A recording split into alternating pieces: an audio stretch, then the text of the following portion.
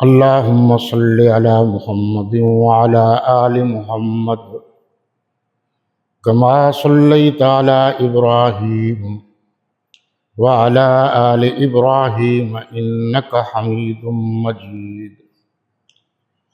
اللهم بارك على محمد وعلى آل محمد كما باركت على إبراهيم وعلى آل إبراهيم إنك حميد مجيد.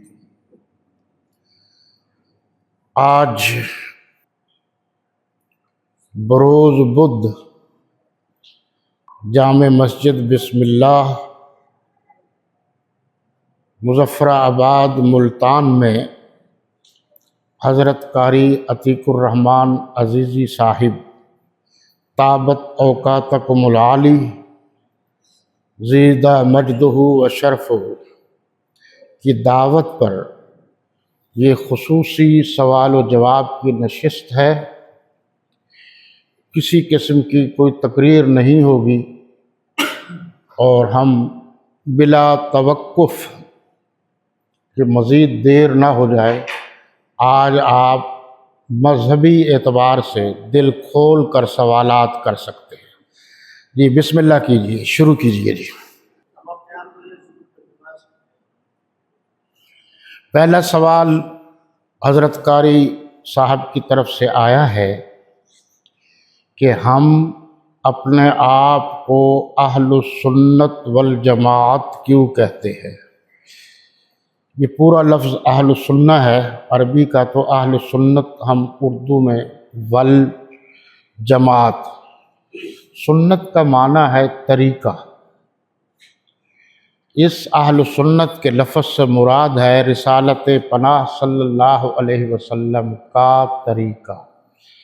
واو کے معنی ہے اور الجماعت کے مراد ہے جماعت رسول، یعنی اللہ کے نبی کا طریقہ اور آپ کے صحابہ کرام کا طریقہ.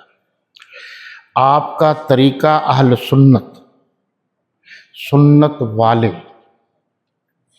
یہ سنت کا جو لفظ ہے جس کا معنی میں نے طریقہ کیا ہے یہ بالترتیب ہے، یعنی سنت متواترہ شروع سے لے کر اب تک جو آ رہا ہے. والجماعت اور آپ کی وہ جماعت جو آپ کے دور میں آپ کے پاس رہی اور تربیت حاصل کی، جماعت رسول صلی اللہ علیہ وسلم، صحابہ کرام. یعنی اللہ کے نبی کا طریقہ اور آپ کی صحابہ کا طریقہ. یہ اسی لیے کہیں نا علیکم بسنتی وسنت الخلفاء الراشدین المہدیین. آپ میرے طریقے کو اپنائیں اور خلفاء راشدین، خلفاء خلیفہ کی جمع راشد، جہاں سے ہدایت پھوٹتی ہے، ان کے طریقے کو اپنائیں تو آپ کامیاب ہیں.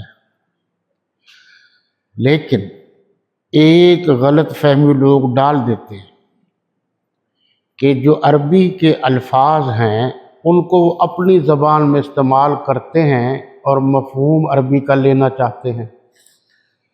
جیسے مجھ سے ایک سوال ہوا کہ جی سانو یہ گل تو سمجھ آندی ہے کہ اسی اہل سنت ہوں تسی اہل سنت ہو، آ ول جماعت کی لایا تسی ول لایا.